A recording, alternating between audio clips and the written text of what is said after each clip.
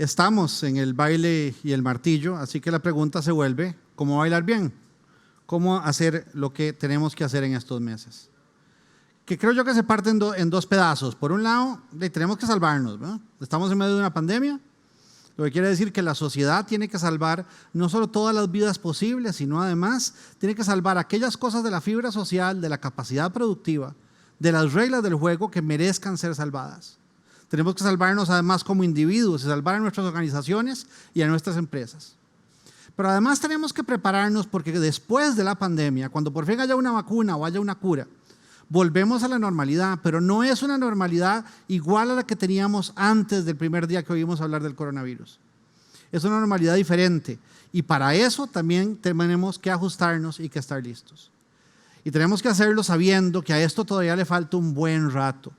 Al momento de grabar esto, la pandemia solo lleva 5 meses y no hay ningún horizonte en el cual nadie esté pensando que no le falten por lo menos 5 meses.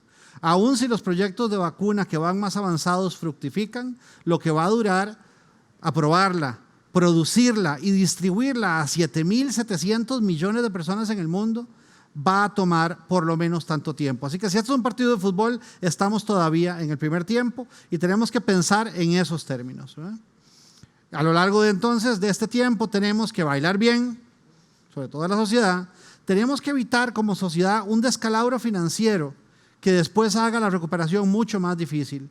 Y tenemos como individuos y también como sociedad que tomar mejores decisiones. ¿Qué quiere decir bailar bien?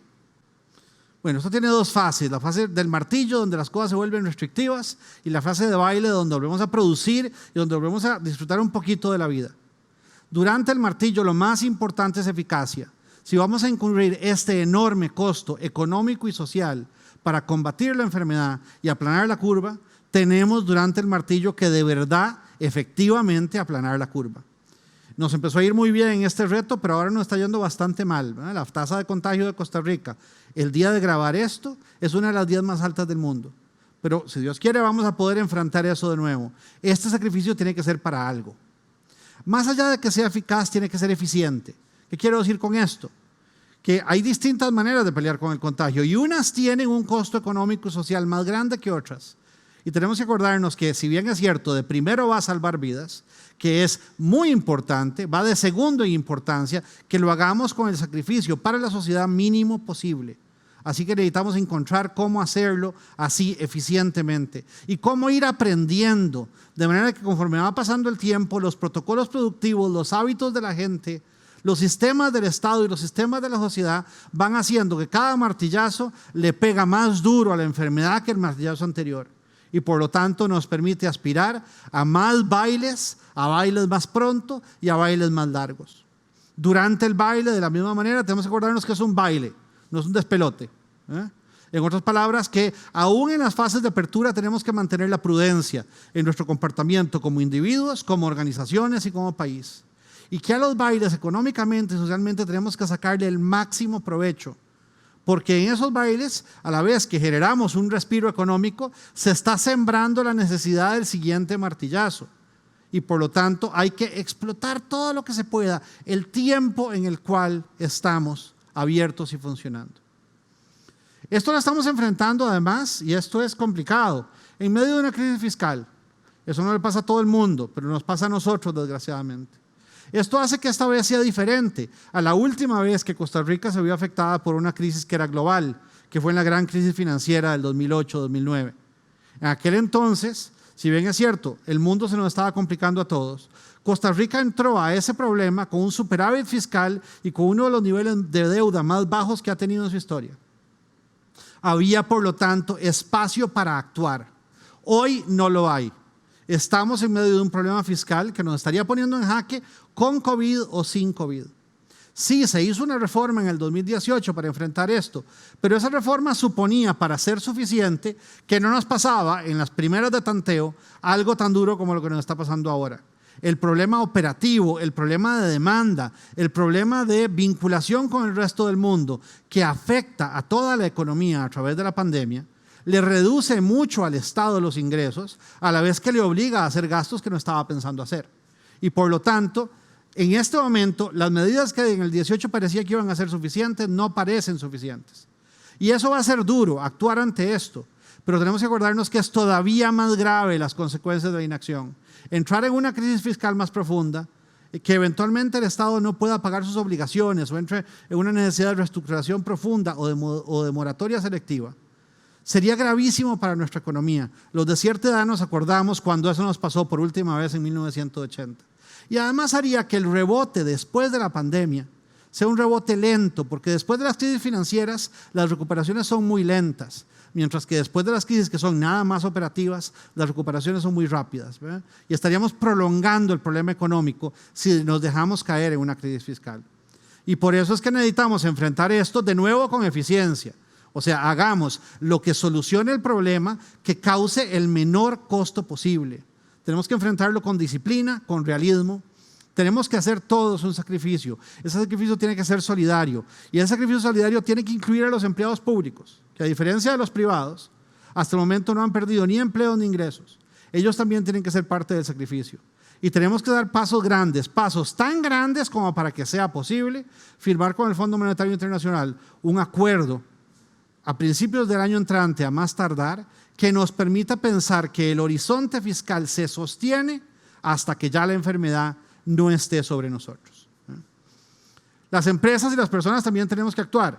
Lo más importante es no reaccionemos a poquitos. No vayamos a hacer que porque el agua llegó hoy hasta aquí, entonces respiro hasta acá y actuaré para que el agua llegue hasta aquí solo hasta que llegue. No, tenemos que pensar cuál es el horizonte de nuestra compañía, de nuestras finanzas personales, dado que a esto todavía le faltan muchos meses. Tenemos que entonces ir actuando de cara a eso, ir pensando en nuestro flujo de caja y adaptarlo de cara a eso. Lo que ponemos en el mercado tiene que estar adaptado a lo que la gente necesita hoy y quiere hoy. Y por cierto, mucha gente tiene que aprovechar este lapso para formarse para lo que sigue, que es un mundo diferente al mundo en el que hemos estado viviendo. Acordándonos que nunca es un buen momento, pero este es el peor momento para estar tirando cosas a la calle que son nada más jalar para nuestro propio molino, para estar vendiendo populismos, ocurrencias, mentiras, o para estar, como desgraciadamente están algunos, en muchas sociedades, incluyendo la nuestra, aprovechando la angustia del momento para generar divisiones y generar odios. Aquí es como cuando se juega la Sele, ¿verdad? Tenemos que ir todos juntos con la bandera nacional. Después de la pandemia vamos a amanecer, desgraciadamente, habiendo perdido muchas vidas. Vamos a amanecer muy endeudados como país, como empresas y como personas. Vamos a haber perdido, en una recesión profunda, vamos a haber perdido muchas empresas, mucha gente va a haber perdido el empleo. Pero también, importante, vamos a estar en un mundo distinto. Y a ese mundo distinto tenemos que prepararnos. Un mundo en el que, por cierto, ya aprendimos que no tenemos que estar todos en el mismo lugar al mismo tiempo para poder trabajar juntos. Lo que va a cambiar radicalmente cómo se organizan las compañías, cómo manejan las compañías su recurso humano, cómo planea la gente sus carreras, cómo se delega la autoridad si no todos estamos juntos a la vez. Esto va a cambiar las necesidades de espacio y el tipo de espacio físico que van a necesitar tanto empresas como personas. Si voy a trabajar más desde la casa y menos desde la oficina que necesito es distinta y tal vez un poquito más pequeña, y la casa que necesito es distinta, organizada distinta y tal vez un poquito más grande. Y tenemos que lograr que eso ocurra. Va a ser mucho menos falta, y esto es importante para nuestro sector turístico, va a ser mucho menos falta el viaje de negocios si de verdad aprendimos a funcionar a lo lejos.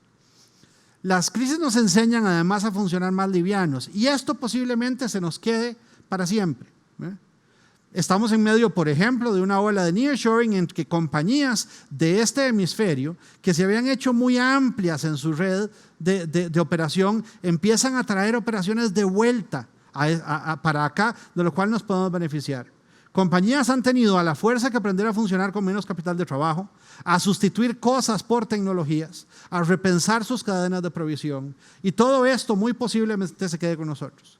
También durante la pandemia, una serie de tecnologías que estaban ya implementadas, pero todavía no habían tomado completamente el mercado, o que estaban ya diseñadas y listas, pero todavía no implementadas, se han diseminado. Y esto cambia el mundo pre-pandemia y post-pandemia, porque su uso no se va a devolver a donde estaba antes de esto. A los consumidores les cambian los gustos, la gente valora más ser prudente quiere enfocarse más en sus prioridades, quiere vivir experiencias en vez de adquirir objetos, adquiere nuevos hábitos. Y en todo esto la sociedad tiene que aprovechar este viaje. Tenemos que prepararnos para la epidemia que sigue, para la crisis que sigue, para el problema que sigue. Tenemos que reconocer que en esta pandemia hemos desarrollado fracturas en la sociedad que tenemos que curar. Ser más solidarios, cuidar lo que de verdad valoramos, prevenir caer en los excesos de odio, de prejuicio, de populismo, de simplismo que son tan abundantes, desgraciadamente, en la política nacional e internacional. Y si Dios quiere, va a escampar. Va a aparecer la pandemia, va a desaparecer la pandemia.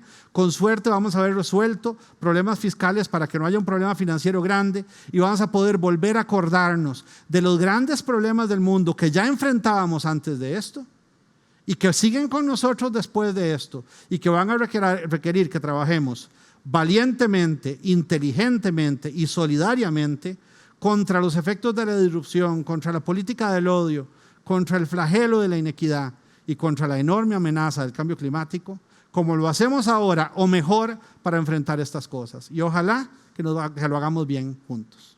Muchas gracias.